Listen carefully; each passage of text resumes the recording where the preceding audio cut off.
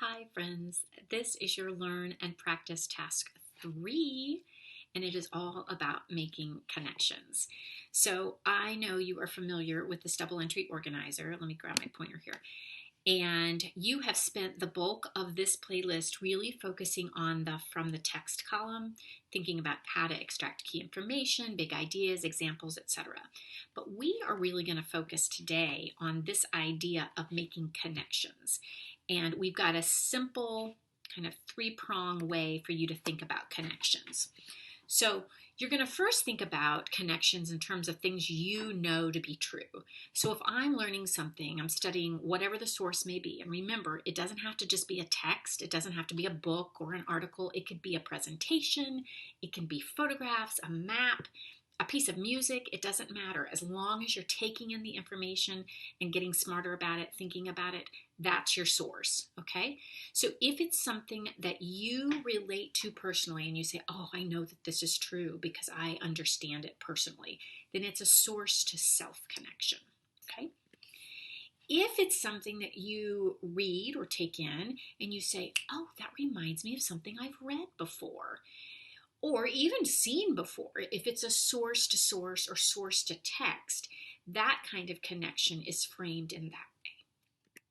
And then lastly, it might be something that you haven't necessarily experienced, but you know to be true out in the real world, then it's a source to world connection.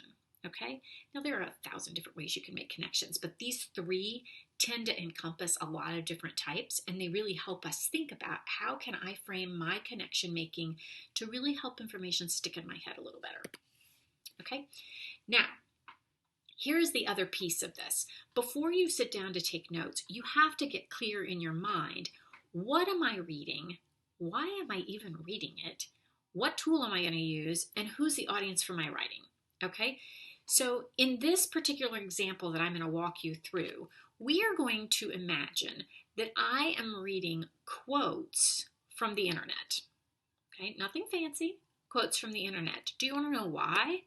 I'm reading them because I have been assigned to do a motivational speech for my peers. So now this changes the way I'm going to read because I'm going to be thinking about quotes that I think would resonate with my peers, and I'm also going to be thinking about quotes that would resonate with me, that I could relate to and have something to say about. Okay? So I'm reading quotes from the internet. I'm reading it because I am going to have to write a speech and deliver a speech for my peers. The tool that I'm going to use, a double entry organizer. I know you're shocked. And the audience for my writing, well, the audience for my writing in this case, I have to make sense of my notes, so it's sort of for me, but ultimately these are words that could potentially come out of my mouth when I give this speech. So I'm going to also be thinking about my peers when I am making my notes because I want my connections and my opinions and things that I'm writing to be relatable. Okay, so let's play this out. So imagine over here on the left-hand side, these are the quotes that I've pulled. Okay, so this very first quote, so many things are possible just as long as you don't know they're impossible. So when I read that, the first thing that jumped out to me, here's my From Me column, is that in Peter Pan, there's this whole piece about the minute that you doubt that you can fly, you won't be able to do it. So it's another quote. So in this case, it's a source connection to a piece of text, right? And then I made notes to myself here that you have to believe in yourself or the thing that you want. If you want it to be real, you have to believe that it can actually happen. So I've not only recorded what I knew was the text connection, but then I also put a little note to myself about what I thought about that. And then I labeled it as a source to text because it's a book that I've read. Okay? Now let's look at this next one. Even the darkest night will end and the sun will rise. This is from Les Miserables. Some of you might know this as a musical. It was actually a book first by a man named Victor Hugo. So here is the connection that I have made. So I'm connecting it to the pandemic because it's been a long time since the world has seemed any sort of normal. And it's real easy for people to feel discouraged in this time. But I do know, I hear about it on the news, I see it in the newspapers, I hear lots of people talking about it, adults talking about it particularly, that people are really finding all kinds of positive things about a really bad situation and like enjoying more time with their family. So in this case, I sort of know it to be true because I find that to be true in my own family, but I mostly know that I see it happening with people all around me. So this is something I know to be true in the real world, right? So it's a source to real world connection. All right, last one. Be yourself and people will like you. Okay, that's from Diary of a Wimpy Kid. All right, so this is a connection that I made from a teacher who told me one time that you get 3 seconds to make a first impression in an audition or in an interview. 3 seconds, that's not very long. So I figured out really early on in my career that the more authentic I am, the better off my presentation will be because I'm being myself. And so this for me becomes a source to self-connection because I know this to be true. This is something I've experienced in my life and I know that it's true. If I try to be something that I'm not, I generally don't do very well. Okay? Make sense? All right, we're going to play it out again. This time, we're going to play it out on the exact same kind of task that you are going to be required to do when you wrap this video up. Okay? So in this case, what are you reading? You are going to be reading your content-specific vocabulary. You can pick the vocab from whatever content you want, but it's got to be content vocabulary that you are using to get smarter in one of your classes. Okay? Why are you reading it? Well, if you want to be successful in the discipline, you have to have a command of the language. So you are reading it so that you can successfully communicate in the discipline. And probably you're going to take a test and you need to know the vocabulary. What tool are you going to use? I know you're shocked again. It's a double entry organizer. Who is the audience for your writing? Well, in this case, I'm just taking notes so that I can study and do well on my test and so that I know the words when we're having conversations in class. So the notes are really just for me. So it's for me. All right, here we go.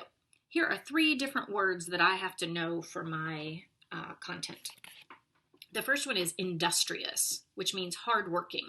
Now you'll note over here, I've changed this header. So in this column, I'm putting words and definitions. And in this column over here, I'm going to put something else. I'm going to put connections. You'll see that in a minute.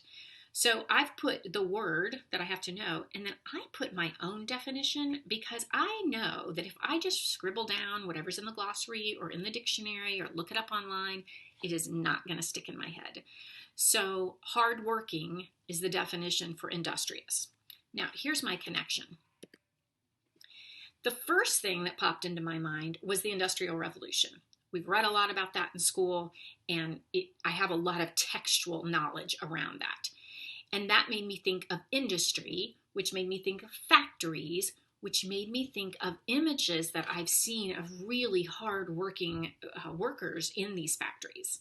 So I made several source-to-text connections to books that I've read, conversations that I've had, movies that we've watched, and those images really stand out in my mind, those hard-working individuals that were in those factories. So I'm connecting text to source to help me remember this word. Second word, yearn, means to want something really badly. And when I thought about this, I was like, okay, what connections can I make to this? I could not think of anything. So here is what I came up with.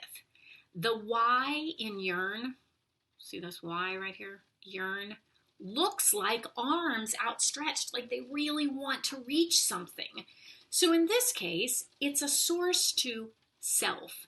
That clue is not going to make sense to anybody else but me. It probably will to you now because you've heard it.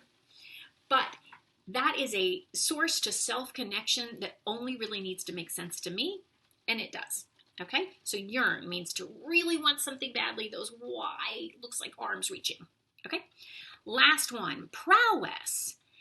Now, a prowess is a skill or a talent in a special area. So if you have a great deal of prowess in a particular discipline, it means that you really have talent in that field. Okay? But when I hear the word prowess, I think of prowl, like a cat would prowl. So this reminds me of all of those videos that I've seen of like African wild cats out on the prowl and they're out hunting. And so I used it in a sentence to say a wild cat exhibits prowess when hunting. This is a source to real world connection. I've never seen a cheetah hunt in real life, so I don't know it personally to be true, like firsthand. I saw it once, but I have seen it out in the real world. I know it's a thing. I've read about it in books. So in this case, I'm calling it a real world. I could also call it a source to text connection because I've read about it. Okay? Makes sense? All right. You now have the task of doing this exact same process. You are going to make connections with content-specific vocabulary. In the left column, I want you to put the words that you're studying, and I want you to write definitions in your own words. Don't you copy those definitions out of the glossary. It doesn't serve your brain well to do that. In the right-hand column, you're going to make those connections. And as you make connections, label them. Source to self, source to real world, source to text, so that you have practice identifying those different kinds of things. It'll also help you realize if you're lopsided. Like, am I only making connections to myself, or am I trying to stretch my brain to make connections to a lot of different areas? Because every time we connect those synapses in our brains, it stretches things and helps your brain grow. So it's good that you don't get too lopsided and making, just source to text or just source to self. Okay, so by kind of going through those 3 different ones and looking to see, and it's okay if a connection is more than 2 things, that's fine. But you definitely want an array of connections. Okay, good luck. Get to work.